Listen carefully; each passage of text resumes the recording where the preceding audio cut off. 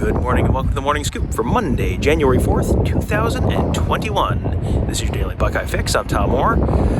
This is a special live from the road edition for the Morning Scoop. We are in Tuscaloosa, Alabama. This is Bryant-Denny Stadium right behind us. And stopped on our way home from New Orleans. Figured this would be a good place to do a show because Ohio State has a football game against Alabama in just 7 days. I'm joined by Buckeye Scoop beat writer Tony Gerdeman. Tony, before we get to Alabama, let's talk a little bit more about Clemson. I think that game was something that was a little bit of a surprise to us. We both had picked Clemson. Thought it was going to be potentially a close game. Thought there was a way Ohio State could win. Where do you now find yourself? Where did your opinion about this Ohio State team and perhaps its ceiling change the most after the Sugar Bowl? In the days since the game, I've started to have more respect for what the back seven did based on what the front four did. We weren't sure coming out of that game. Did we really see much from the secondary because Trevor Lawrence was under pressure so much? But he did throw 50 passes. And in those 50 passes, Ohio State's secondary gave up a long 29 yards. And so there were no deep gains. They're, sizable, yes, there's some explosive plays. But the 60-yarder wasn't there. And so I feel better about Ohio State's defense there. Certainly Justin Fields playing the way he did after playing as poorly as he did against Northwestern reaffirms everything we thought we knew about Justin Fields, but then doubt creeped in after the inexplicable Northwestern game, and he certainly heard that. Much of the criticism aimed his way and was dead set on righting some of those wrongs in terms of opinions. And so I think those are the two biggest things where it's like stop not having faith in Justin Fields and then maybe have a little bit more faith in the secondary. What was the single biggest surprise to you? I mean, to me, it was probably, it was the level of dominance along the lines. Not just that they dominated, but that they dominated with Zach Harrison out, Tyler Friday out, Harry Miller out. They weren't full strength on either line, and they just obliterated Clemson on both sides of the ball. Was that yours, or do you have something else? No, because it was just we've talked many times since then about how bad must the ACC be on the interior for nobody else to do this to them, and not like this, but for them to have so little trouble. So in that conference, we know they can't run the ball very well, but they're still able to do everything else, and they're still scoring. They were still the number 2 ranked team in the nation. It just seems like a better conference would have been able to take advantage of their flaws a little bit better, and Ohio State exposed every last one of those flaws in the game Friday night. And if we were talking on the drive, it's a good thing they didn't play Alabama, in terms of meaning Clemson. Mm-hmm. Yeah, and speaking of better conferences, we are here on the campus of one school that has conference. Can't wait to tell you how much better they are than everyone else. There's something in the air. It smells like it actually means more. I always thought that was just marketing. It actually smells like it means more here.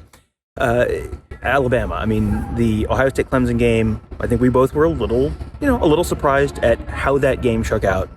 The Alabama Notre Dame game was exactly what I expected. It was brutal, over quickly, and then Alabama spent the second half just strangling the life out of Notre Dame, and Notre Dame ended up covering. Yay! Great job, everyone.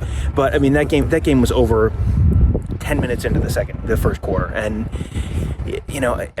you've heard a lot of people talk about, is this the best Alabama team ever? Is this the best college football team ever? It's a very good team. I don't think they're invincible, and I don't think they're the best overall team ever in history. No, I would agree with you, especially losing Jalen Waddle. They've gotten used to that, but that's still a loss. And so the talent has dipped there as well. Defensively, we know they can give up points if you have the skill to get it done. And as we talked in the lead up to the Sugar Bowl, I will take Chris Olave against any corner in the nation and feel pretty good about my chances. And you saw that against Clemson. We've seen that many, many times throughout Chris Olave's career, and I would expect that to continue in the national championship game, where they should be able to make plays against Alabama secondary. Tom, there's a reason the over-under is like 76.5 or something. Yeah, I would be ready for some points, and I think the recipe to beat Alabama is sort of similar to Clemson. I don't think they'll be able to do it anywhere near as effectively as they did against Clemson. But you have to be able to run the ball. You have to be able to control Najee Harris in the running game. I mean, he had that one incredible play against Notre Dame, but I mean, just, you know, he is, if Alabama can run the ball and you have to worry about both the run and the pass, that makes them infinitely more difficult to defend. You know, the passing game is plenty. You may have heard they have a pretty good wide receiver this year, pretty good quarterback this year. If you have to worry about the run game too, that makes it, you know, at that point, it's like, well, if they score less than 7 points a drive on average, that feels like a win. Well, and I think one of the reasons I feel better about the secondary is because they didn't have to devote so much to the run against Clemson. They won't be able to do that against Alabama. They'll have to devote as many people as they can to stop Najee Harris, and then that leaves open the passing game. And then we will really see how good the secondary is. And it's funny how we just keep saying, well, you know, we'll have to see in the next game. Bryant-Denny said we'd see how good the back end is, you know, against Clemson and the defense as a whole and the fixes. And I think they were very good, but again, they didn't have to devote everybody to stopping the run. And there are times where Clemson, like, they knew they weren't going to be able to run the ball, but you still have to try. Mm-hmm. And so those were generally a win for Ohio State. Alabama knows they can run the ball, and they want to. And that's probably the most interesting. It's the strength on strength of this game is Ohio State's run defense against Alabama's run offense. And I don't know whether winning strength on strength is more important than like really winning strength on weakness of the other areas. So I mean, you know. Yeah, and that's kind of the interesting part of this is no one has really run the ball in Ohio State, but Alabama's offensive line is substantially better than Clemson's.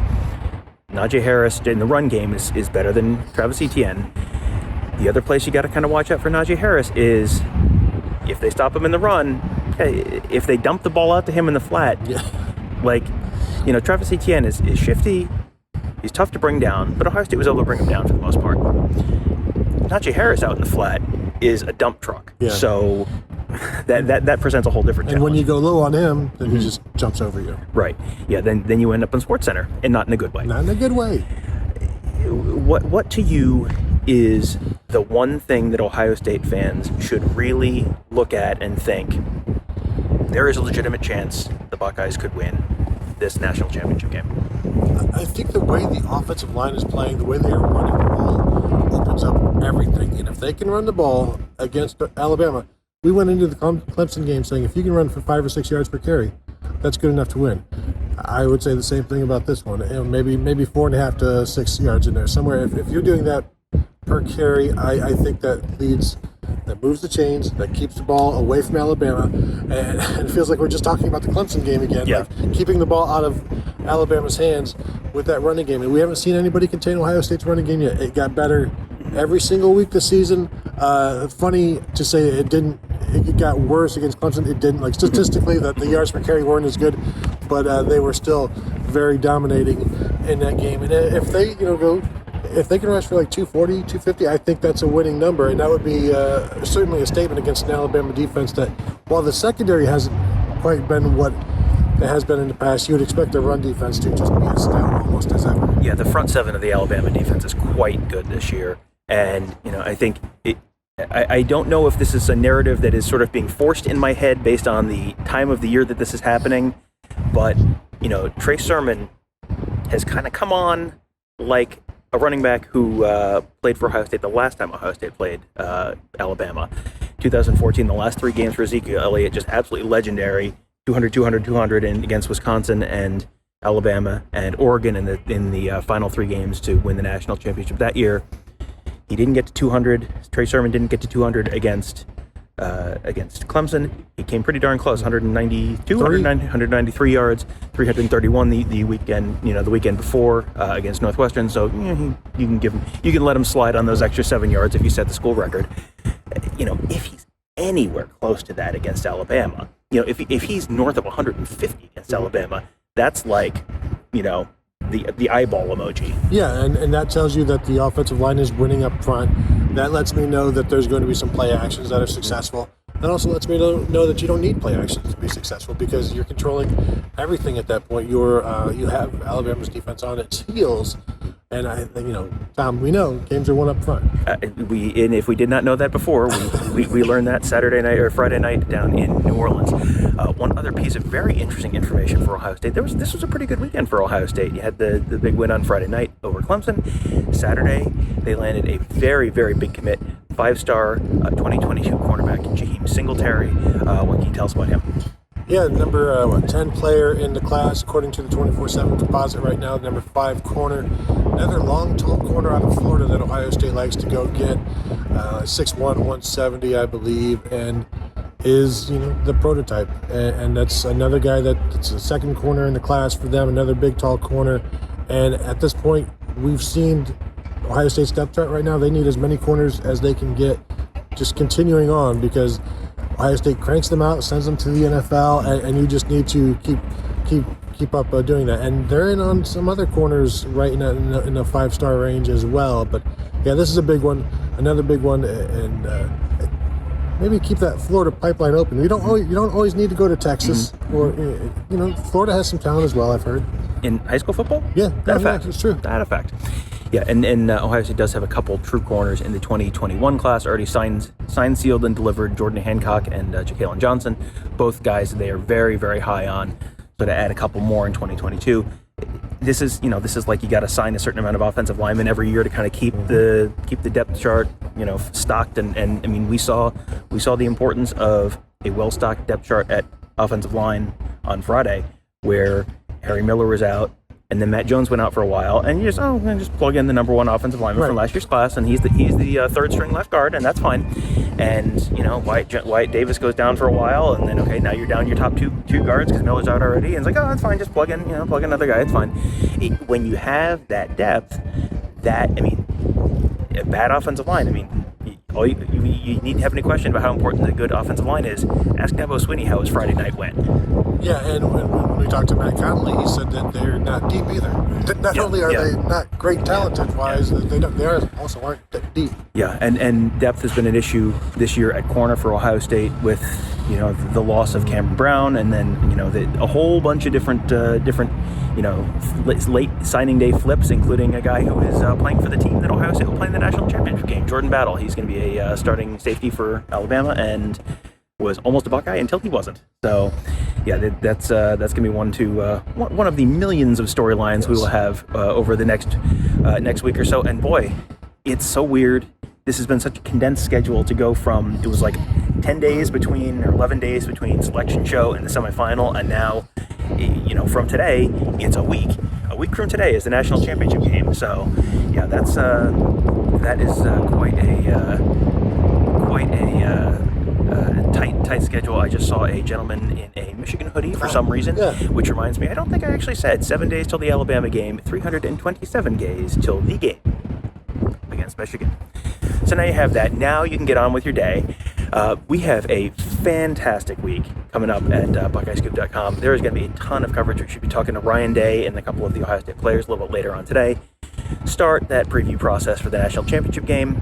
And then coming up this weekend, we will be on an airplane down to sunny Miami, Florida to cover that game for you. We have it's going to be quite a team effort. I think we're going to have a pretty nice little crew down there from Buckeye Scoop, so we should have a ton of great coverage for you there. And if you are not a member, we talked about this on the podcast after the show on Saturday, what are you doing? What are you doing with your life if you're not a member of BuckeyeScoop.com? They're playing for a national championship 1 week from today. Seems like a good week that you might want to have, all those questions you're asking, like, hey, who's going to be able to play? Who's not going to be able to play? Seems like might be a good time to join Buckeye Scoop, so you don't have to worry about it. You can find out for yourself. So just sign up at BuckeyeScoop.com to start getting all of that wonderful information put into your eyes every single day. That sounded gross. It's just on a computer. It's fine. It's not like a medical procedure. Also, make sure, and if you want the information put into your ears, you can subscribe to all of our great podcasts. Apple Podcasts, Google Podcasts, SoundCloud, Spotify. Just search Buckeye Scoop to find all of those. You can subscribe to all of our great shows right there. Also, leave us a 5-star rating and review while you're there. I will give you a good plug to our episode of Buckeye Weekly that we dropped, the instant reaction show that we dropped after the Clemson game. It was a super fun conversation. It went like an hour and a half because we had about 1 million people on our live stream. even though it was like 3:30 in the morning in Columbus. It was a lively conversation, to say the least, and a game that Ohio State fans probably wouldn't mind thinking about for just a little bit longer. So you can find that on all those podcast platforms that I mentioned before. Just search Buckeye Weekly or Buckeye Scoop. Thank you guys for joining us. Have a great day. We will talk to you tomorrow.